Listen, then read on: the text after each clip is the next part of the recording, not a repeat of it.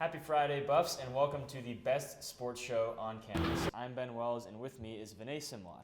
Unfortunately, this is our last show of the semester, but we brought in the big guns to anchor this one. Whoa! Yeah, that's right, Ben. We've created a true power couple on the desk for our show, and I gotta say, I'm honored to be here with you on the best sports show on this campus. Yeah, I can tell this is gonna be a good one. We're gonna honor that best sports show on campus name. We've got a lot to get to since we were off last week, so we're just gonna dive right in. Yeah, we'll start with the men's basketball team. They hosted the Loyola Marymount Lions on Wednesday. With the Buffs 6-0 at the start of the game, they were the heavy favorites, but things didn't start so well for CU. They trailed 34-30 heading into the half. The Buffs couldn't take care of the ball at the start of the game, and they limited their turnovers and allowing Deshaun Schwartz and McKinley Wright to take over offensively in that second half. Both of them led the team with 16 points en route to a 76-64 win, despite a remarkable effort from Eli Scott of Loyola, who had 31 points. After the game against Loyola, the Buffs will face arguably their biggest test of the regular season. This weekend, the men's basketball team heads to Lawrence, where they will face off against the number 2 ranked Kansas Jayhawks. Kansas is currently 6-1 with their only loss coming against Duke by just 2 points.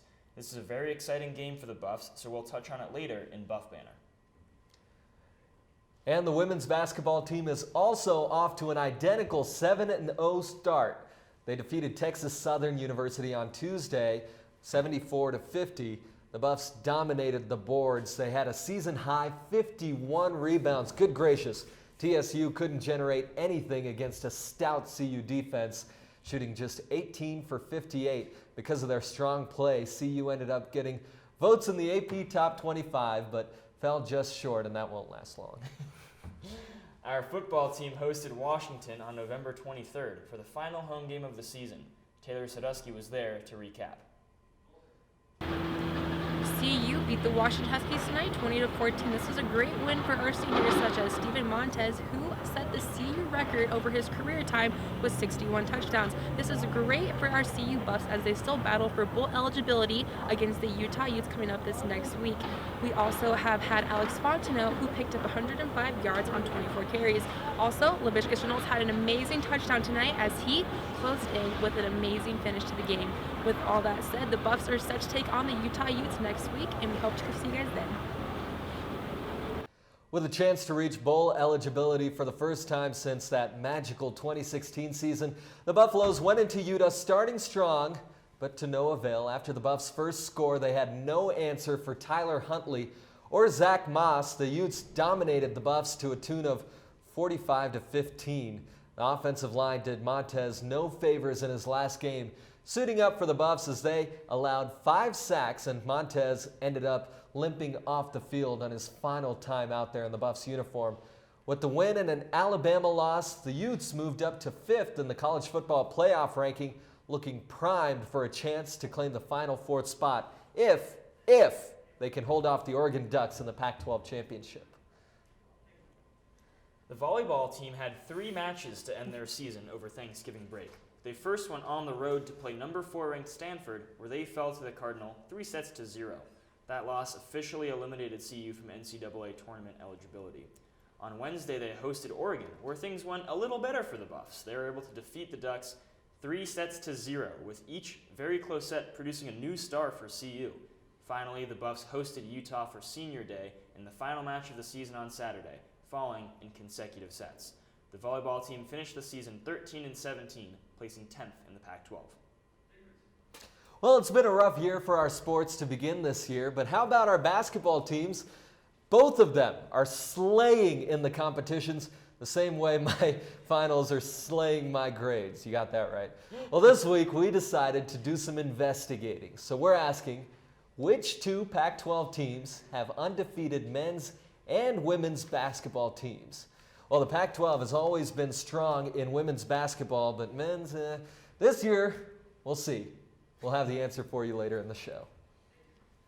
Man, it sure is fun to be a fan of CU basketball right now. Yeah, and did you see our investigating there? Look at that. That is high-quality sleuthing. BSL I team.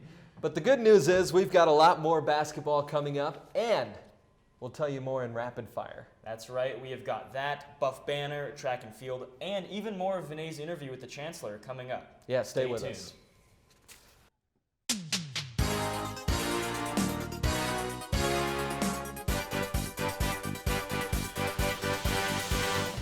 We are the University of Colorado sailing team, and still the only college sailing team in Colorado. Last year, we traveled to 5 regattas and hosted our own using a fleet we bought with community support. This year, we're raising money to purchase a safety boat that will take care of our sailors and lead effective practices to get them in tip-top shape to kick stern at regattas. Weather changes happen quickly in Colorado, so we need to be prepared in case anyone ends up in the water. A safety boat with a proper engine will help make sure we can get people and boats to safety in the event of a capsize. Safety is our team's top priority, and this boat will help us prepare for worst-case scenarios. This boat will put us on track through being the safest, the fastest, and the most effective team in our conference. Donate today to help us reach our $4,000 goal and get CU Sailing motivated. Share to everyone you know to spread the word. With your help, we'll be on our way to be a safer and more successful program.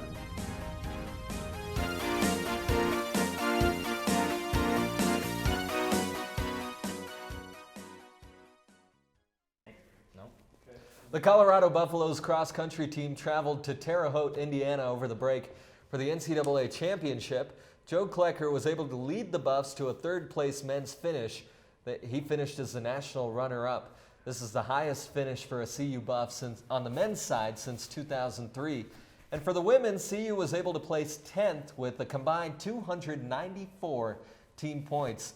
Senior Sage Hurtah led the Buffs with a 37th overall finish, securing her position in the record books as the second for all-time All-American recipient in school history. On Tuesday, Buffs receiver Laviska Shenault Jr. declared for the NFL draft, therefore foregoing his senior year. Viska's career at CU has been marred by injuries, but he has been not only the Buffs' big-time playmaker the last 2 years, but he has been one of the country's best. Last year, he led the country in yards per reception, led the Pac12 in yards per game, and was the only player to score 5 receiving and rushing touchdowns. ESPN has him ranked as the 12th overall prospect in the draft, so expect to see Shenault get drafted in the first or second round in the NFL draft this spring. Congrats and good luck to our forever Buff. Yeah, it'll be interesting to see where he goes, but we know exactly where the basketball team is going. They're going to Kansas, and Colin Bailey is here to tell us about the history. Hi, I'm Colin Bailey for Buff Banner. Tomorrow, the Buffs basketball team travels to Kansas's historic Allen Fieldhouse to take on the second-ranked Jayhawks. Now, this game is special meaning for head coach Tad Boyle, as the last time the Buffs were victorious in Lawrence was in 1983.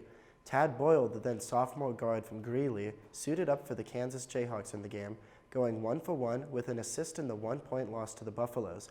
Tad Boyle says he doesn't remember playing in the game other than being in a Jayhawk uniform, but that he considers himself a Colorado guy through and through.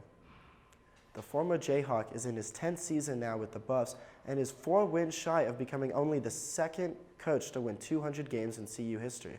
The Buffs have struggled against their former Big 12 conference rival on the road, winning just 7 times overall in 69 visits and dropping 29 straight visits to the Jayhawks. After surviving an upset bid against Loyola Marymount, the Buffs were put through a lengthy video session to start preparing for Kansas, but also to review their performance against the Lions. CU has now had more than 15 turnovers in the last 2 games, which has further hamstrung an offense that has not shot better than 45% since the season opener. Tad Boyle will now try and take the Buffs full circle and try and end their losing streak against Kansas, which you can catch on ESPN2 at 5 p.m. Mountain Time tomorrow. Make sure to tune in and Sko Buffs. Back to you.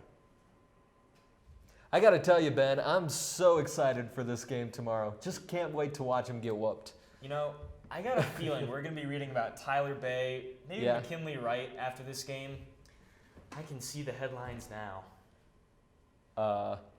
Well, while Ben is daydreaming, we're going to take a short break. We'll be right back.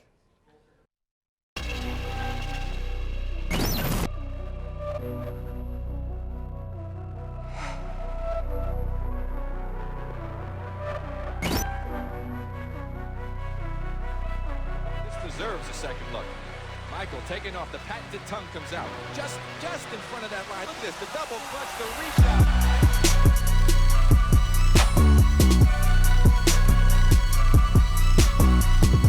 Pass in left wing. Looks behind him. Wide open. Right wing. Up top. Open for three. Fires.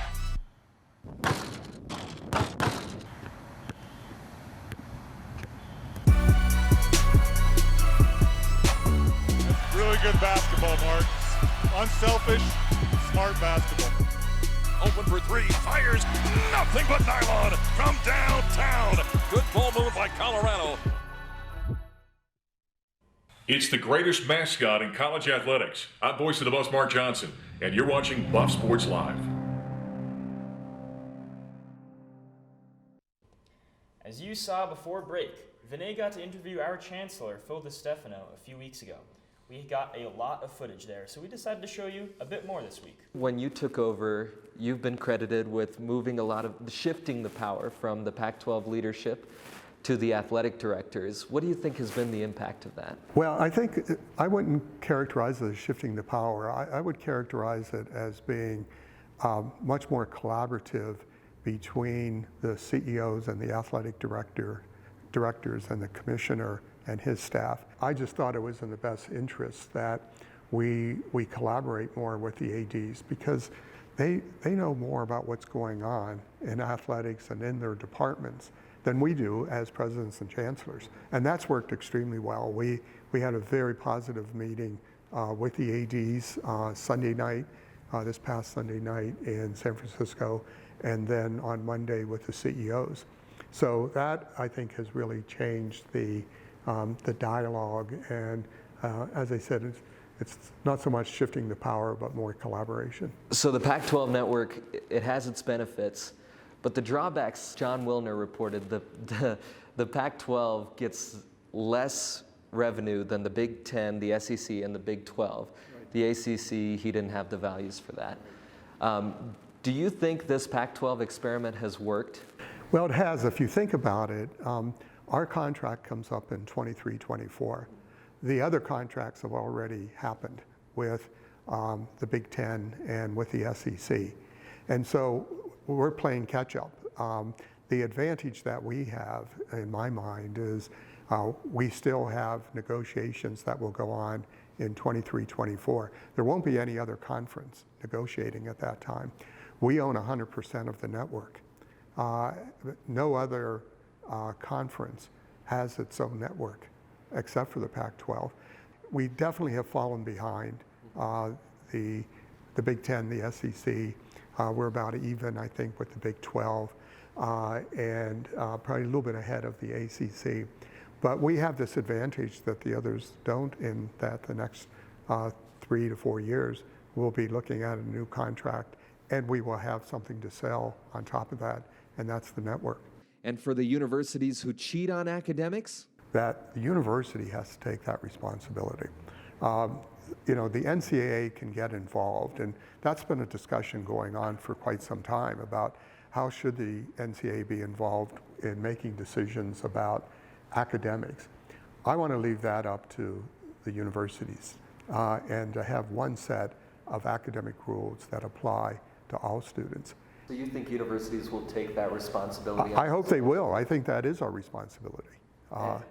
And they have that responsibility over the NCAA enforcing that?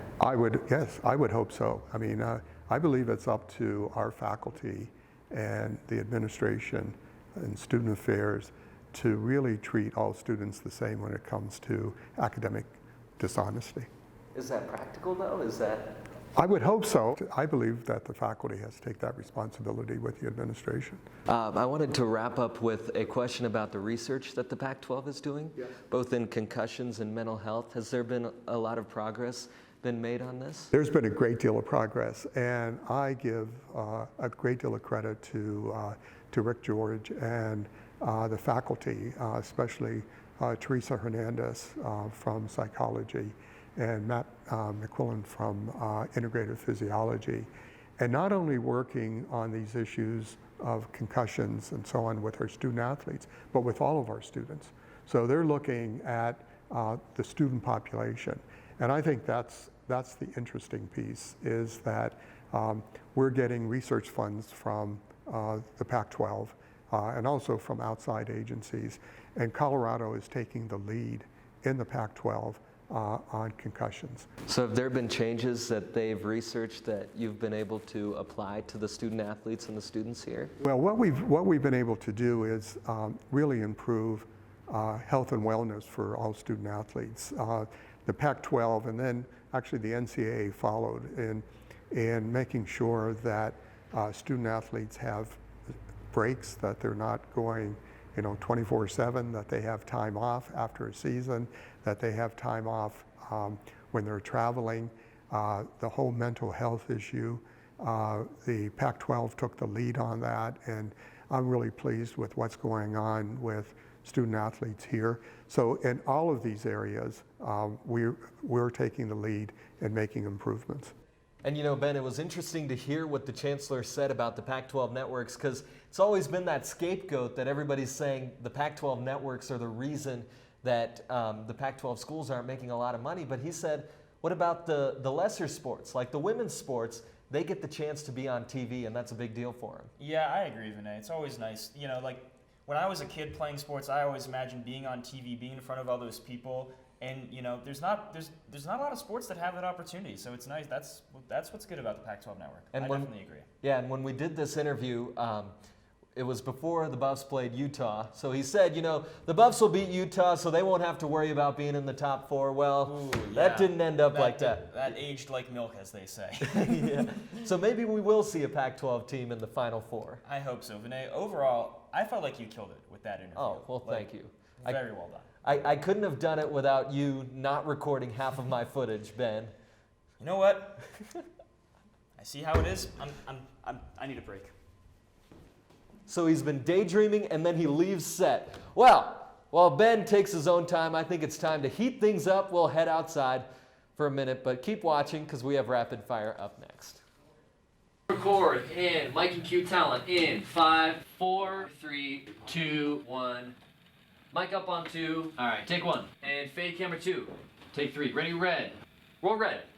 Take cam 1. Take red. Take it. Come on, roll red. Let's go. All right. Hey, what are you doing?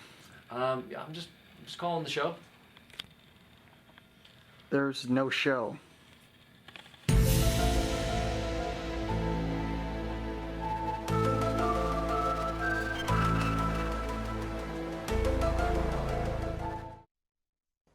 Hey everybody, welcome back to the hottest segment of all time. This is Rapid Fire, and this is what's coming up this week. It's basketball galore this time of year, as both teams look to maintain their perfect records. Tonight, J.R. Payne's squad looks to keep its strong momentum on the road, as the Lady Buffs travel to Cincinnati to take on the Xavier Musketeers at 5 p.m.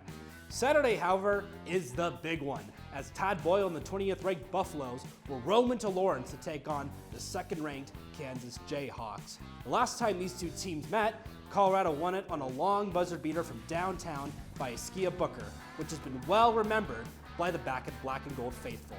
You can catch the showdown in Allen Fieldhouse at 7 p.m. on ESPN2. But the Buffs will return to action at home on Tuesday as they will encounter the Northern Iowa Panthers. Tip-off for that game is at 7 p.m. and will be aired on the Pac12 Network. And Thursday, the women return home from a 5-day hiatus as they will take on in-state foe Denver at 7 p.m. Well, since we've got a bunch of hoops action coming up this week, it's only appropriate that we ended by saying, "Keep on fire!" Back to you at the desk. So we told you that, earlier we did some investigating about Pac-12 basketball, and we asked you, which 2 Pac-12 teams still have undefeated men's and women's basketball teams? And the answer is Colorado and Arizona. The Buffs men's and women's teams are both 7-0, while the Wildcats are 9-0 and 8-0 respectively. I sure would not be opposed to seeing the Buffs and Wildcats battle it down to the very end. Hopefully this is the year both Buff teams can end their tournament droughts. Well, Arizona has a bit of an advantage, don't they? Well, if you've been keeping up with the Star Wars memes, like I have, on a daily basis, you've probably noticed all the baby Yodas on the internet. So, for our tweet of the week this week, we decided to tap into that meme gold mine And look at this. C Unit, the student section on Twitter, tweeted out this image of Baby Yoda decked out in CU gear with the caption, "Baby Yoda is a Colorado fan. It's confirmed." Huh. This seems like kind of a boomer meme, but I guess I'm on board, Ben. You know, Vinay, I love that meme. Okay, boomer. Huge fan of Baby Yoda here. Well, if you know me, you know I've never seen Star Wars.